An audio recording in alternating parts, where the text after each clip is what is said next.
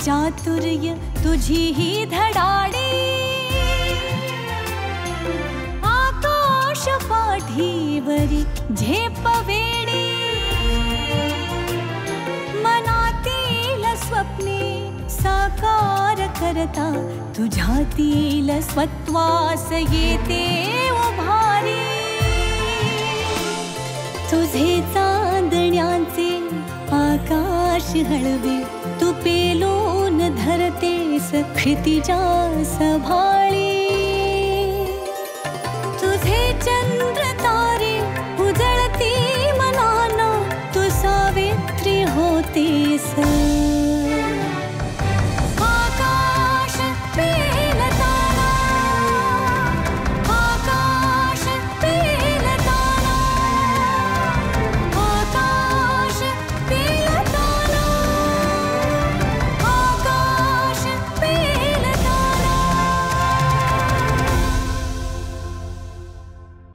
स्वतःचं बुटीक असणं हे स्वप्न बघणाऱ्या जाई कौशिक यांनी ते स्वप्न सत्यात उतरवलं. जाई कौशिक मूळच्या नागपूरच्या, पण वाणिज्य शाखेच्या पदवीधर असतानाही लहानपणापासून फॅशन डिझायनिंग या क्षेत्राची आवड असल्यामुळे पुण्याच्या डेक्कन इन्स्टिट्यूट मधून फॅशन डिझायनिंगचा कोर्सही त्यांनी केला.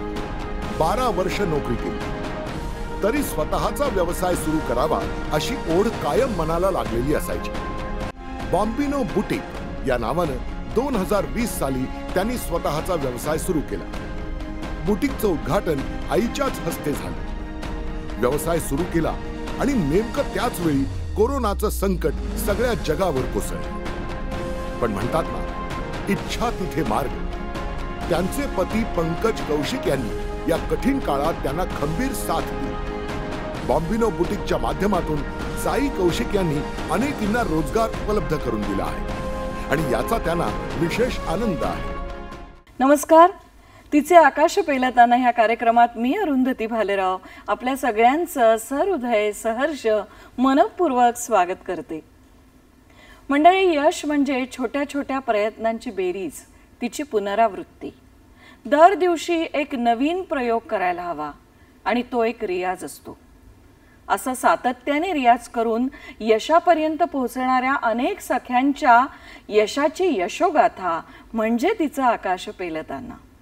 आजच्या आपल्या कार्यक्रमामध्ये असंच यश खेचून आणणाऱ्या बॉबिन बुटीकच्या पुण्याच्या सर्वेसर्वा जाई कौशिक आपल्या स्टुडिओमध्ये उपस्थित आहेत. जाई, आपलं मनपूर्वक स्वागत करते. खूप खूप धन्यवाद अरुंधती. मंडळी, असं म्हणतात की आयुष्य किंवा आपलं रोजचं जीवन हा एक फॅशन शो आहे आणि संपूर्ण जग हे रनवे आहे. कारण फॅशन ही इन्स्टंट परिभाषा आहे, ती समजायला अगदी सोपी आहे. प्रत्येकाला फॅशन आवडते.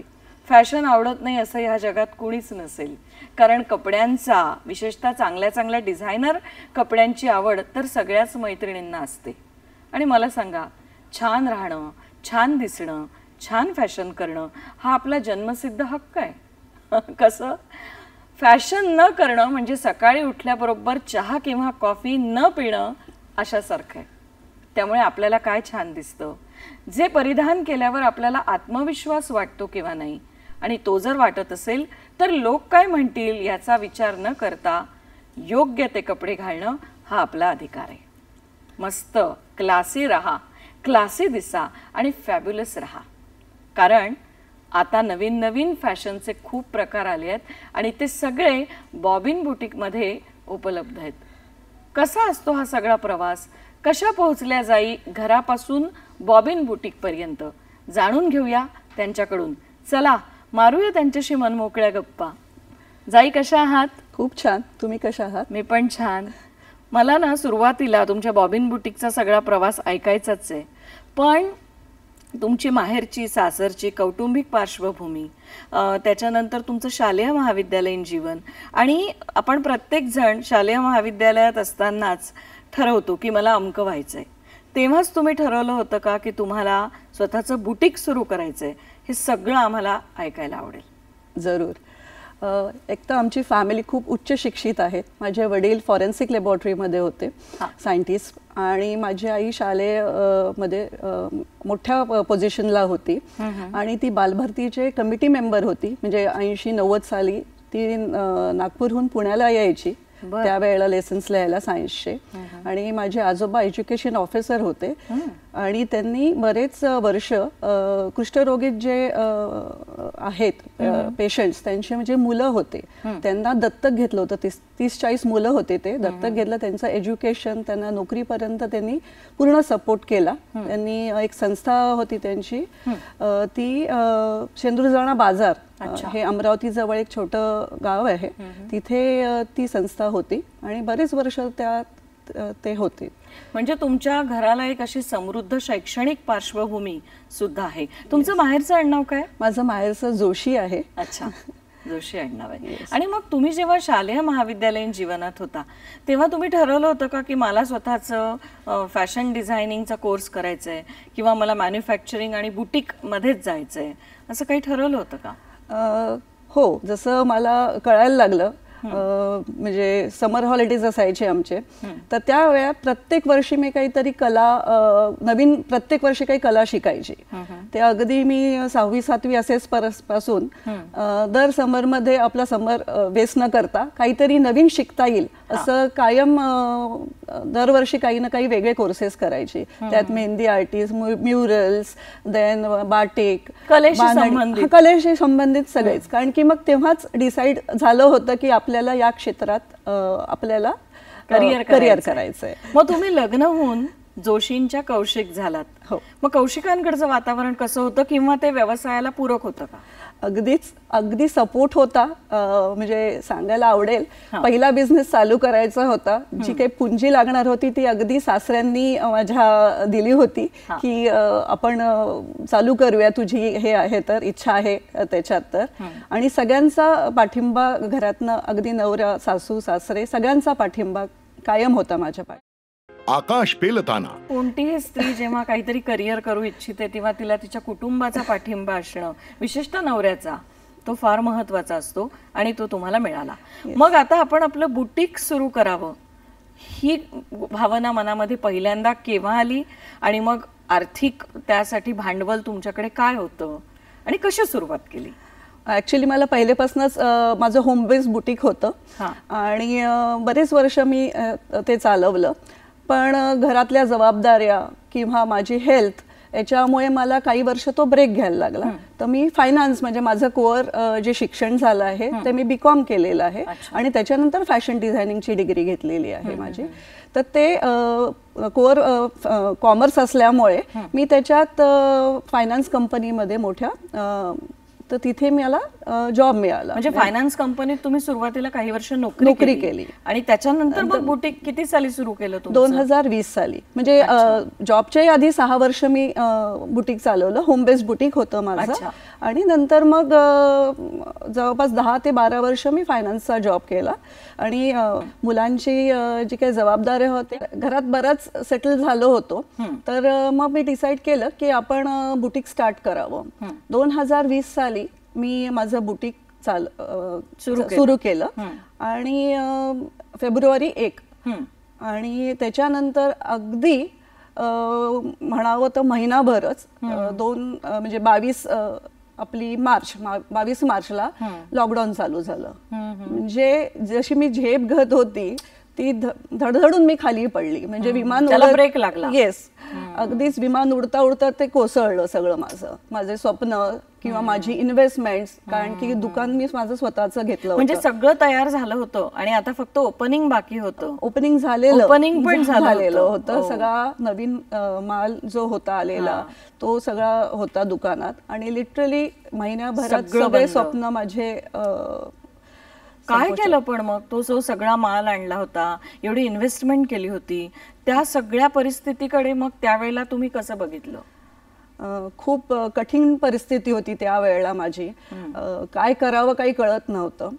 तर साधारण महिनाभर तर लॉकडाऊन आपलं चाललं होतं. त्याच्यात आता नवीन मधले ऑनलाईन माध्यमातनं सेल कसा व्हायचा हे कसा करता येईल, म्हणजे पोर्टल्स आहेत याची मला माहिती मिळाली होती. म्हणजे फेसबुक थ्रू किंवा इंस्टाग्राम किंवा पोस्टिंग्स थ्रू कशा आपल्याला हे करता येईल, सेल करता येईल, त्याचं मला बरेच माझ्या घरच्या लोकांनी जावेनी डिटेल्स दिले होते की हे करून बघ, की एक ट्राय करायला हरकत काय. ऑनलाईन माध्यमाचा वापर. येस, ऑफलाईन नाही आहे तर ऑनलाईन माध्यमातून तू पुढे जा. मग असंच मी एक लाईव्ह केलं आणि लाखोवर माल एका लाईव्ह मध्ये विकला गेला माझा. काय सांगताय?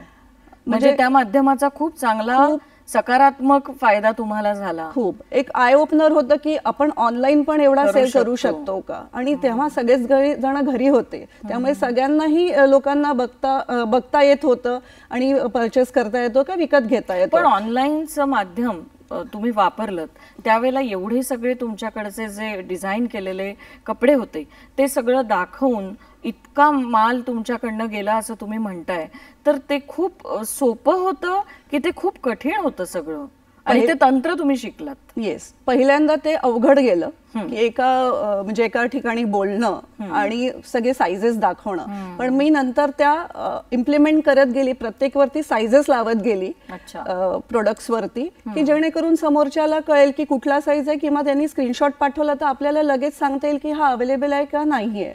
आणि प्लस कुरिअरचे पण बरेच चॅलेंजेस होते. नॉट ओनली इंडिया, इंटरनॅशनल पण कुरिअर गेले त्या काळात. म्हणजे या ऑनलाईन पोर्टलने किंवा ऑनलाईन माध्यमातनं पण आपण जगभरात पोहोचू शकतो. म्हणजे ऑनलाईनची निर्मिती हे खूप सशक्त माध्यम कोरोनाच्या काळात निर्माण झालं असं म्हणायला हरकत नाही. आणि बुडत्याला काठीचा आधार म्हणतात तसं तुम्हाला ऑनलाईन माध्यमाचा उपयोग झाला आणि पुन्हा एक नवीन आशा दिसायला लागली. पण मग आता मघा मी जो प्रश्न विचारला की जेव्हा एखादं घरापासून 6 वर्ष तुम्ही घरात काम करत होता आणि नंतर डायरेक्ट बुटीक सुरू करायचं, तर तेवढं भांडवल तुमच्याकडे होतं का? कारण जर एखाद्या मैत्रिणीला असं छोट्यातनं मोठा व्यवसाय करायचा असेल तर तिने मग कशी सुरुवात करायला हवी? काही नोकरी केली होती त्याचं काही मी भांडवल जमवलेलं होतं, प्लस घरातल्या लोकांनी पण आर्थिक बळ दिलं आणि प्लस काही लोन घेतलं, तर हे सगळं मिळून मग बुटीक चालू केलं मी. आणि आजच्या घडीला तुमच्या बुटीक मध्ये मग किती स्टाफ आहे? जवळपास माझ्याकडे 6 डिझायनर्स आहेत आणि 10 मास्टर्स आणि कारागीर असे वेगळे. तुम्ही स्वतःचं मॅन्युफॅक्चरिंग पण करता? मग त्याचं युनिट पण स्वतंत्र? हो, ते स्वतंत्र आहे. त्याचे 2 युनिट्स आहेत माझे, एक लेडीज आणि जेंट्स. जेंट्सचं पण आपण गेल्या 3 वर्षापासून जेंट्समध्ये पण आपण मॅन्युफॅक्चरिंग चालू केलं. कस्टमाइज तर आपण सगळंच करत होतो, पण मॅन्युफॅक्चरिंग पण आपण चालू केलं जेंट्समध्ये. पण या व्यतिरिक्त तुम्ही बाहेर लेक्चर्स द्यायला पण जाता, त्याच्याबद्दल सांगा ना. येस, मी 2-3 कॉलेज सोबत असोसिएट आहेत की तिथे ऍडवायझरी कमिटीमध्ये आहे. तर त्या ऍडवायझरी कमिटीत साधारण मला काय पोर्शन राहील पोरींसाठी, म्हणजे काय आपल्याला कोर्स देता येईल, त्याच्यात आम्ही त्यांना नवीन अपडेट्स देत असतो की काय आपल्याला नवीन इम्प्लिमेंट करता येईल, की काय नवीन नवीन गोष्टी शिकता येतील, या आम्ही त्या कॉलेजच्या त्यांच्या कोर्समध्ये ऍड करतो. आता कसं आहे ना, फॅशन ही सतत बदलत असते. प्रत्येक प्रदेशातली फॅशन सुद्धा आपल्याला थोडी थोडी वेगळी दिसते. आधी फुग्यांच्या बाह्यांचं ब्लाऊज असायचं, मधल्या काळात ते गेलं, आता ते पुन्हा आलं. ही सतत बदलणारी जी फॅशन आहे यासाठी तुम्ही स्वतःला कसं अपडेट करता आणि काय अभ्यास त्याच्यासाठी करावा लागतो? येस, आता बऱ्याच फॅशन शोज किंवा ऑनलाईन माध्यम आहेत, ई मॅगझिन्स आहेत, आणि नॉट ओनली फॅशन्स म्हणजे स्पेसिफिक हे, पण प्रोफेशन वाईज पण आपले कसे डिझाईन्स असतात. म्हणजे प्रत्येक, म्हणजे डॉक्टरला वेगळा किंवा वकिलाला वेगळा किंवा पॉलिटिशियन्सला वेगळा, हे प्रत्येकाला डिझाईन्स आम्हाला वेगळे करून द्यायला लागतात, कारण की सर सगळ्यांना सेम डिझाईन्स नाही करू शकत.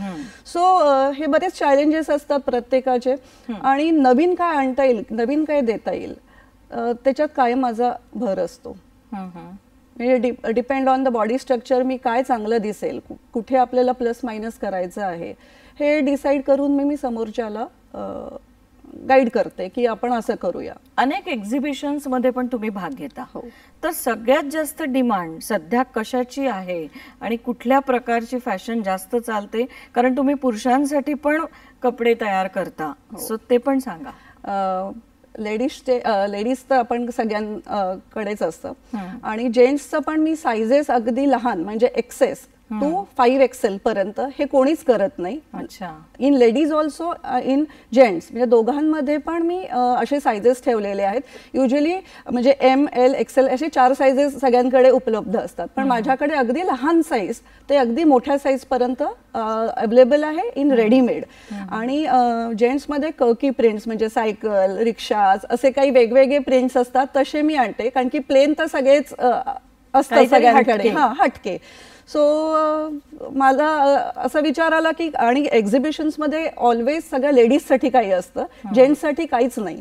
मला 2-3 जणांनी म्हटलं की काय आम्हाला काहीच नाही, आम्हाला नुसतं पिशव्या पकडायला यायला लागतं. तर मग मी विचार केला की आपण ह्याच्यात करू काहीतरी.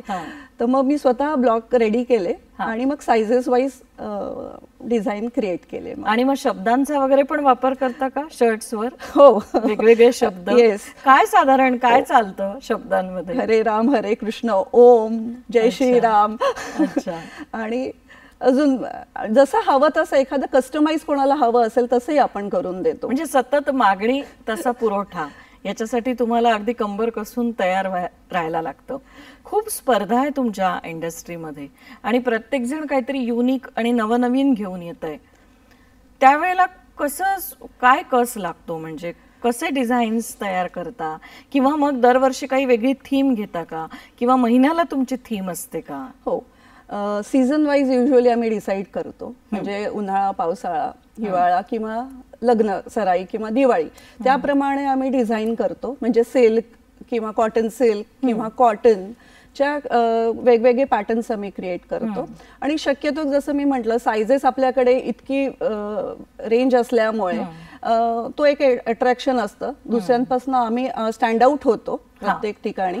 आणि लिमिटेशन नाहीये की ओनली लेडीज, जेंट्स आणि किड्स, हे कस्टमायझेशन सगळं आहे आपल्या. काय प्रकारचे कपडे असतात? सगळेच म्हणजे वेस्टर्न, एथनिक, ब्लाउजेस, एम्ब्रॉयडरी, साड्यांमध्ये सिल्कच्या साड्या आणि पाहिजे तसं ब्लॉक प्रिंट करून देतो. म्हणजे एखाद्याला काही स्पेसिफिक पाहिजे असेल किंवा एखादं डिझाईन साडीवरचा मोटिव्ह आहे ते ब्लाउजला एम्ब्रॉयडर करायचं आहे तसंही आपण करतो. आकाश पेलताना तुम्ही काही आणलंय का? तुम्ही डिझाईन केलेलं स्वतः दाखवा ना आमच्या प्रेक्षकांना. पहिले मी जेंट्स पासून चालू करेल. हे असे शर्ट्स आहेत आपल्याकडे बघा. म्हणजे जेंट्स म्हणू शकणार नाही की फक्त महिलांचाच विचार केला जातो, आम्ही जेंट्सचा म्हणजे पुरुषांचा सुद्धा विचार करतो. वा, याच्यावर रिक्षा दिसतोय. रिक्षा आहे, रिक्षा, सायकल, बोट असे वेगवेगळे प्रकार मी प्रिंट करून घेतले. हे ब्लॉक प्रिंट आहे, युजली प्युअर कॉटन आहे आणि व्हेरी ब्रीदेबल फॅब्रिक. आता म्हणाला तसं की सायकल, बस हवं ते. Yes, as per client requirement. आणि हे असं ब्रायडल आपल्याकडे भरपूर असतात. बरेच सेलिब्रिटीज साठी पण आपण डिझाईन केलेले आहेत. हे असं ब्रायडल वर्क आहे सगळं. अच्छा. हे सगळं हाताचं काम आहे आणि क्वालिटी हे फर्स्ट आहे आपल्याकडे, हाताने काम केलेलं आहे. आणि मी प्रत्येकाचं जसं बजेट असेल त्याप्रमाणे मी डिझाईन करून देते. हे असे कुर्तीज आहे, हे पूर्ण सिल्कवरच्या आहेत पण अजिबात गरम नाही होत असं फॅब्रिक आम्ही वापरतात. येस, वापरतो. पण मग हे जे दिसतंय ही मशीन एम्ब्रॉयडरी, ही मशीन एम्ब्रॉयडरी, ती हाताची एम्ब्रॉयडरी. आणि एक हा आरी वर्कचा अप्रतिम वेस्टर्न, मी खूप याला लाईक्स अँड कमेंट्स आलेले आहेत. सुंदर. थोडा अशा बाजूने दाखवा ना, सरळ करून. हे पूर्ण आरी वर्क केलेलं आहे, एम्ब्रॉयडर्ड आहे. अच्छा. थोडं वेस्टर्न आणि एथनिक लुक त्याला दिलेला आहे. आणि अगदी माझे जे सगळे फॅब्रिक्स आहेत ते होम वॉश असतात. म्हणजे त्याला ड्रायक्लिनिंगची गरज नाही. अगदी जे सिल्क आहेत त्याला काही याला लागतात, पण बाकीचे जे डेली वेअरचे जे आहेत मॅन्युफॅक्चर केलेले ते अगदी होम वॉश्ड असतात. अच्छा. मी असं कुठेतरी वाचलं होतं की तुमचे जे हे सगळे डिझाईन केलेले ब्लाउजेस असतील किंवा तुमचे कॉस्ट्युम आहेत, वेगवेगळे कपडे आहेत, हे अनेक सेलिब्रिटीज सुद्धा घेतात सातत्याने. काही नावं आम्हाला ऐकायला आवडतील. जरूर. सोनाली कुलकर्णी आहेत. म्हणजे आता सिनियर का ज्युनियर? सिनियर. ओके. तर त्यांनी आपल्याकडनं डिझाईन केलेले आहे, बरेच घालतात ते. आणि बरेच अशा म्हणजे प्रोडक्शन हाऊसेस आहेत फिल्मचे, ते त्यांना आपण प्रोव्हाइड करतो. हे जसे कवकी प्रिंटचे शर्ट्स आहेत आणि बरेच आपल्याकडे पॉलिटिशियन्स पण येतात. तर प्रत्येकाच्या लाइकिंग प्रमाणे आपण डिझाईन करून देतो त्यांना. कुठली आव्हानं आहेत या क्षेत्रातली? टाइम, वेळ. त्या वेळेत त्या व्यक्तीला ती गोष्ट मिळाली पाहिजे. म्हणजे आता दिवाळी आहे किंवा लग्न आहे तर टाइम बॉन्ड मध्ये त्या गोष्टी झालेल्या पाहिजेत. आणि कसं होतं म्हणजे लग्नाच्या साठी बरेच जण जे काही डिझाईन करायला येतात, शेवटचे 2 दिवस असतात, 3 दिवस असतात, अजून एक ब्लाउज द्याल का, अजून एक ड्रेस द्याल का, म्हणजे ते शेवटी आलेले काही चॅलेंजेस आहेत. पण धंदा जेव्हा आपण म्हणतो तेव्हा पुन्हा आव्हान असं असतंच की कदाचित या महिन्यात खूप सेल होईल, पुढच्या महिन्यात काहीच होणार नाही. तर ती असुरक्षितता अजूनही तुम्हाला वाटते का की बापरे मी इतकं शिवून ठेवलंय आणि हे जाईल किंवा नाही, असं वाटतं का? हो, अगदीच. म्हणजे जून जुलै हे ऑफ सीझन असतात, पण त्यावेळेला आम्ही काय करतो, प्रोडक्शन वाढवतो. कारण की नंतरची जे सीझन आहेत म्हणजे दिवाळी, दसरा किंवा नवरात्र या सीझन्स मध्ये आम्हाला दुपटीने स्टॉक लागतो. त्यामुळे मग आम्ही तो जो काही स्टॉक आहे तो आम्ही या ऑफ सीझनला करतो. आणि कस्टमायझेशन तर आजकाल वर्षभरच चालतं. आणि प्लस स्टाफ, म्हणजे आता नवीन स्टाफ आहे किंवा त्यांना ते प्रशिक्षण देणं किंवा रिटेन करणं त्यांना. काही पोरींचे लग्न होतात, मग त्यांच्या शिकवलेल्या गोष्टी मग त्या दुसऱ्यांना नवीन यांनी शिकवायला थोडंसं चॅलेंजेस आहेत, पण होतात. पण एक घरगुती म्हणजे फॅमिली वातावरण आहे, पण प्रोफेशनल आहेत बाकीच्याही गोष्टी. एक असा समज असतो की बुटीक म्हटल्यानंतर अतिशय महाग कपडे किंवा काही ठराविक लोकांसाठीच ते तयार केले जातात, असा एक समज आहे. तर तुमच्या बुटीक मधले जे डिझाईन केलेले ड्रेसेस आहेत ते कुणीही घेऊ शकतं की एक ठराविक क्लास साठीच ते आहे? छान प्रश्न आहे हा. ऍक्च्युली जे कस्टमाइज केलेले आहेत ते तर आपण जशी त्यांची मागणी असेल त्याप्रमाणे करतो. म्हणजे रेडीमेड आहे ते अगदी सर्वसामान्य व्यक्तीला, म्हणजे 500 रुपयापासून आपल्याकडे शॉर्ट टॉप्स पासून स्टार्टिंग आहे आणि तुम्हाला designer wear in wholesale price असं मिळतं. म्हणजे कारण की मी स्वतः मॅन्युफॅक्चरिंग करते त्यामुळे मला ती बरीच कॉस्ट बाकीच्या गोष्टींमध्ये मला ती मायनस करता येते. रिसेलिंग असतं तर त्यात बऱ्याच गोष्टी ऍड होतात, पण माझं स्वतःचं मॅन्युफॅक्चरिंग असल्यामुळे म्हणजे कापडात कुठे वाचवता येईल, काय कसे एखादा टॉप एक्स्ट्रा येईल, तर त्या सगळ्या कॅल्क्युलेशन्स प्रमाणे करून मी त्या टॉपच्या किंवा ए लाईन फ्रॉक्स किंवा शर्ट्स याच्या किमती मी कमी करू शकते. येस. अगदी जाता जाता एक आता शेवटचा प्रश्न विचारते की एखाद्या मैत्रिणीकडे फारसं भांडवल नाहीये, अगदी बुटीक उभं करण्या इतकी तिची तयारी नाहीये, पण तिला घरून हा व्यवसाय सुरू करायचा आहे, तर तिने अगदी थोडक्यात सांगा की काय काय तयारी तिची असली पाहिजे? अगदी आजकाल काय आहे, रिसेलिंगसाठी बरेच पोर्टल्स आहेत. म्हणजे बरेच जण जे मॅन्युफॅक्चरर्स आहेत ते आपला माल देतात आणि गव्हर्नमेंटच्या पण बऱ्याच स्कीम्स आहेत, त्यांच्याकडनं भांडवल मिळतं. म्हणजे घरी आपल्याला बिझनेस करायचे, MSMEच्या बऱ्याच अशा स्कीम्स आहेत. मलाही लास्ट इयरला त्यांच्याकडनं एक अवॉर्ड मिळालाय, फास्टेस्ट ग्रोथ एंटरप्रेनर. अरे वा, हो, छान. आणि शक्यतो मी सगळ्या लेडीजला म्हणजे सिनियर असो किंवा ज्युनियर असो माझ्या बुटीकमध्ये मी प्राधान्य देते त्यांना कामासाठी. सो अशा आपल्याला बरेच गोष्टी आपल्याला म्हणजे रिसेलिंगसाठी मिळू शकतात आणि ते काय 10,000 15,000 ती तिचा व्यवसाय करू शकते. तिला फक्त माध्यमांचा वापर त्याच्यासाठी योग्य पद्धतीने करायला हवा. जाई, खूप छान वाटलं तुमच्याशी बोलून. जाई या नावाप्रमाणेच तुमच्या अंगावरची साडी सुद्धा जाईचं फूल जितकं नाजूक आणि गोड असतं तेवढी साडी तुमची फार छान आहे. ही सुद्धा तुम्ही स्वतः डिझाईन केली आहे का? हो, ही बांधणीची आहे, गजी सिल्कची आहे. मोहरीने बांधतात ही साडी. अच्छा. आणि पूर्ण डाएट साडी आहे, स्वतः डिझाईन केलेली आहे मी. पण मग हिला वॉश हा फर्स्ट ड्राय क्लीन करायचा, नंतर मग होम वॉश करू शकता. जाई, खूप छान वाटलं तुमच्याशी बोलून. आणि तुम्ही जे काही हे सगळे वेगवेगळे डिझाईन्स तयार केलेले आहेत त्याचा आमच्या मैत्रिणींना अधिक सुंदर दिसण्यासाठी, फॅब्युलस दिसण्यासाठी नक्की उपयोग होईल याची खात्री आहे. मंडळी, असं म्हणावंसं वाटतं की भूल कर फिक्र जमाने की, भूल कर फिक्र जमाने की, कभी खुद के लिए सोचा करो. 4 लोगों की बातें तो सुनते ही हो, कभी खुद के दिल को भी सुना करो. जो बातें देती है सुकून, जो बातें देती है सुकून, वो कर लिया करो. औरों को तो बहुत सुनते रहते हो, कभी खुद को भी सुना करो. आपल्या स्वतःसाठी कायम वेळ द्या, स्वतःला वेळ द्या, स्वतःवर प्रेम करा, मस्त क्लासी राहा, फॅब्युलस दिसा आणि जे जे आपल्याला छान वाटतं, करावंसं वाटतं ते मनापासून करा. कारण छान दिसण्याचा, छान राहण्याचा आपल्याला पूर्ण हक्क आहे. जाई, तुम्ही आज आमच्या स्टुडिओमध्ये आलात, तुमचे मनापासून आभार. खूप खूप धन्यवाद मुंबई दूरदर्शनला आणि अरुंधती तुम्हाला. धन्यवाद. मंडळी, अर्थातच वेळ आली आहे थांबण्याची, पण DP म्हैसकर फाउंडेशनच्या अध्यक्षा सुधाताई म्हैसकर यांचा मोलाचा कानमंत्र ऐकण्याची. नमस्कार. मैत्रिणींनो, आज मी तुम्हाला सगळ्यात महत्त्वाचा गुरुमंत्र देण्यासाठी प्रयत्न करणार आहे. ती गोष्ट म्हणजे अशी की कधी अपयशाने खचून जायचं नाही. स्वतःचं आत्मपरीक्षण केल्यानंतर आपल्याला अपयश येण्यामध्ये कोणकोणत्या गोष्टी कारणीभूत झाल्या हे आपल्याला कळलं तर मग त्या आपण टाळायचा नक्की प्रयत्न करावा. आपल्याला अपयश आलेले मार्ग आपण टाळले तर आपल्या व्यवसायात आपण पुढे नक्की यशस्वीपणे पुढे जाऊ शकतो. दुसरी गोष्ट म्हणजे यशाने खचून न जाता दुसरा मार्ग आपल्याला कुठे सापडतोय का हे बघून त्या मार्गाकडे वाटचाल करणं अधिक महत्वाचं आहे. आपली मानसिकता ढळू द्यायची नाही, माघार घ्यायची नाही, आपल्याला याच्या पुढे जाणं आवश्यक आहे. हे सगळ्यात महत्वाचं आहे.